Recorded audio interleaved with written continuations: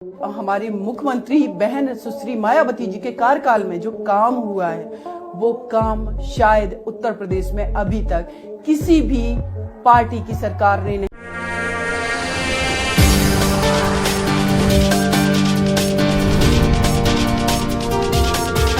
सबसे पहले मैं आपको बताना चाहती हूँ कि बसपा पार्टी ज्वाइन करने का जो मेरा उद्देश्य है उसके पीछे एक नहीं कई एक कारण हैं, जिसमें सबसे पहला जो कारण है वो है सुश्री आदरणीय सम्माननीय बहन कुमारी मायावती जी का व्यक्तित्व, निडर निर्भीक, एक ऐसा व्यक्तित्व जो कि उत्तर प्रदेश जो कि भारत का सबसे बड़ा राज्य है, उस राज्य की चार बार मुख्यमंत्री बनी और एक ऐसी स्त्री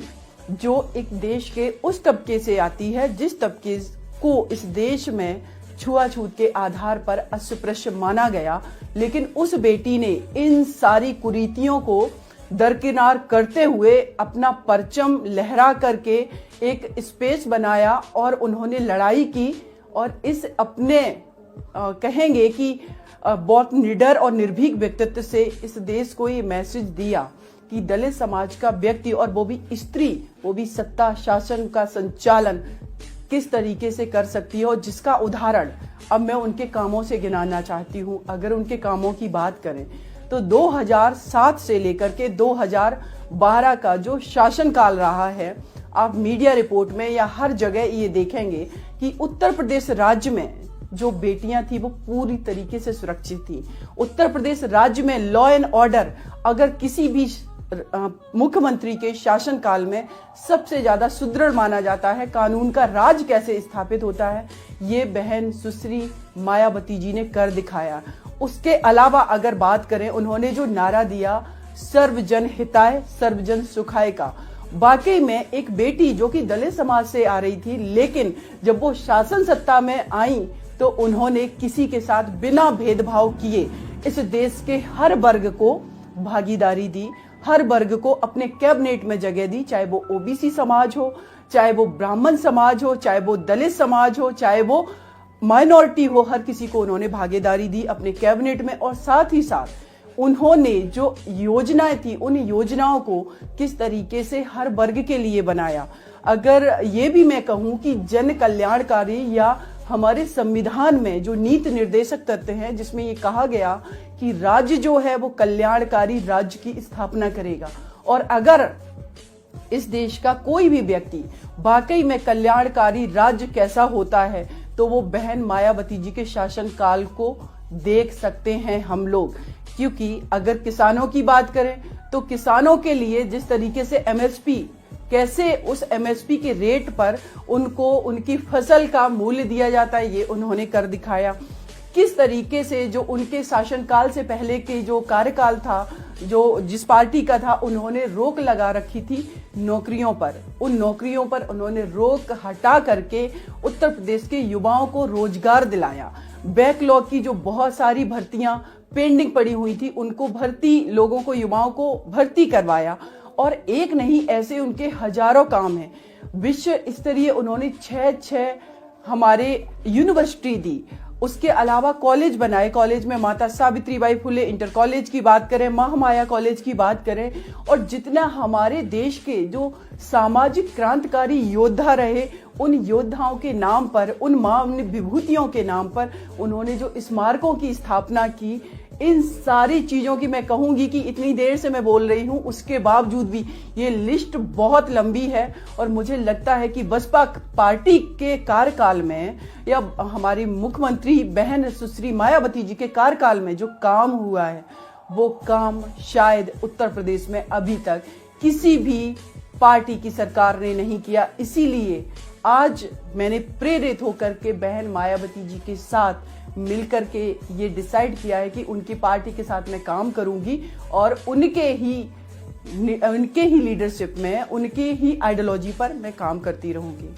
2007 में जैसे ही बहन कुमारी सुश्री मायावती जी शासनकाल में आती हैं, वो मुख्यमंत्री बनती हैं, तो उन्होंने जो सबसे पहला काम किया वो 43,000 करोड़ का जो गन्ना भुगतान किसानों का पेंडिंग था उसको सबसे पहले उन्होंने किया और करीब 83,000 बीटीसी की जो भर्तियां थी उनको उन्होंने पूरा किया। आप इससे अनुमान लगा सकते हैं कि वर्तमान में करीब 69,000 जो भर्तियां हैं उसके लिए उत्तर प्रदेश राज्य के युवा 1 साल से सड़कों पर बैठे हुए हैं। लेकिन बहन मायावती जी का जो कार्यकाल रहा, बिना कोई आंदोलन के ही उन्होंने ये काम करके दिखाया था। और दोबारा से अगर बहन मायावती जी 2022 में सत्ता में आती हैं तो मैं ये बात कहना चाहती हूं कि शायद मेरे उत्तर प्रदेश राज्य के किसी भी व्यक्ति को आंदोलन करना नहीं पड़ेगा अपनी मांगों के लिए, अपनी जरूरतों के लिए। ये स्वस्फूर्ति बहन मायावती जी करती आई हैं और करती रहेंगी। सुश्री बहन मायावती जी के कार्यकाल की अगर और भी हम सूची आप लोगों को गिनाएं तो उन्होंने 2007 से लेकर के 12 के कार्यकाल में 1,08,000 सफाई कर्मचारियों की भर्ती की। उसके अलावा करीब पुलिस में जो भर्तियां हैं वो 2 लाख की, और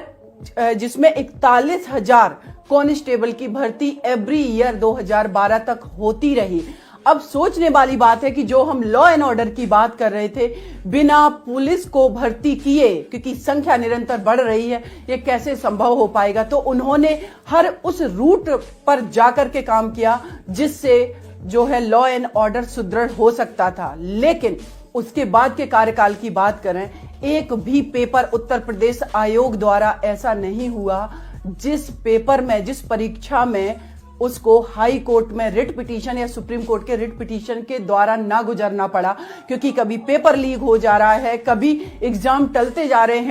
हैं। लेकिन सुश्री बहन मायावती जी के कार्यकाल में हमेशा टाइम बाउंड, जो उन्होंने टाइम फिक्स किया, उसमें भर्तियां उन्होंने फुलफिल की। और उनके जो शासन काल में टोटल अगर हम भर्तियों की बात करें तो करीब 23 लाख से ज्यादा भी युवाओं को उन्होंने रोजगार दिया। तो फिर मैं कहूंगी कि उत्तर प्रदेश प्रशासन और शासन का कैसे संचालन करना है, कैसे युवाओं को रोजगार देना है, कैसे गरीबों के हित का काम करना है, कैसे किसानों के हित का काम करना है, ये अगर सीखना है और इसका वाकई में जो इम्प्लीमेंटेशन होना है वो बहन सुश्री मायावती जी के शासन काल से ही सीखा जा सकता है। अगर हम चुनाव की तैयारी की बात करें बीएसपी पार्टी की, तो मैं बताना चाहती हूँ 150 से ज्यादा करीब प्रबुद्ध सम्मेलन हुए हैं जिसमें हर जाति धर्म वर्ग का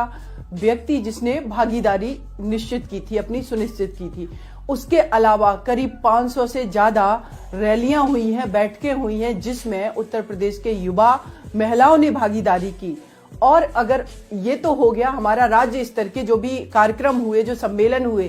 करीब 6 ऐसी रैलियां हुई जो बहुत बड़े राज्य स्तर पर हुई। लेकिन उसके अलावा एक सबसे बड़ी जो रैली उत्तर प्रदेश के लखनऊ जो राजधानी है वहां पर की गई, जो कि 9 अक्टूबर को की गई थी, जिसमें शायद मैं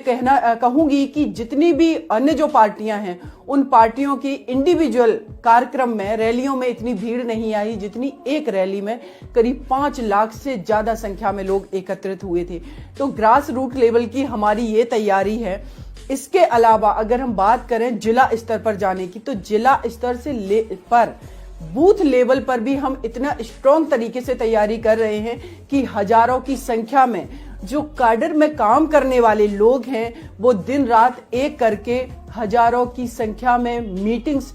लोगों की गांव में जा करके ले रहे हैं। और ये जो हमारा बसपा पार्टी का काडर का वोट है जिसमें लोग हमेशा पार्टी को बिना किसी कहेंगे कि बिना किसी पूर्वाग्रह के वोट करते आए हैं, वो वोट तो हमारा एक फिक्स वोट है। और इसका अगर हम एक एग्जाम्पल आप लोगों को देना चाहें तो मैं कहूंगी कि 2017 का जो इलेक्शन हुआ उत्तर प्रदेश में, उसमें जो समाजवादी पार्टी है, जो कि कहेंगे कि एमएलए के आधार पर सेकंड नंबर की पार्टी रही, उससे ज्यादा बसपा पार्टी को परसेंटेज में वोट मिला है। और इस बार क्योंकि समाजवादी पार्टी का शासनकाल भी उत्तर प्रदेश के लोग देख चुके हैं गुंडागर्दी में, और बीजेपी का तो हम लोग देख ही रहे हैं। और जिसका कहेंगे कि बहुत बड़े जो एग्जाम्पल, एक मनीष गुप्ता हत्याकांड पुलिस प्रशासन द्वारा किया जाना, हाथरस की बिटिया के साथ गैंग रेप करके उसका मर्डर किया जाना, और लोगों युवाओं को जिस तरीके से वो बेरोजगार होकर के सड़कों पर घूम रहे हैं, बेरोजगार हैं, वो सब सारा शासनकाल हम लोग देख रहे हैं। तो मैं कहूंगी कि जो हमारी तैयारी है और जो इन दोनों पार्टियों का कार्यकाल देखा है, उस हिसाब से उत्तर प्रदेश राज्य में 2022 में जब ये 10 मार्च को डिक्लेयर होगा, डिसाइड होगा, तो बहन मायावती जी 5वीं बार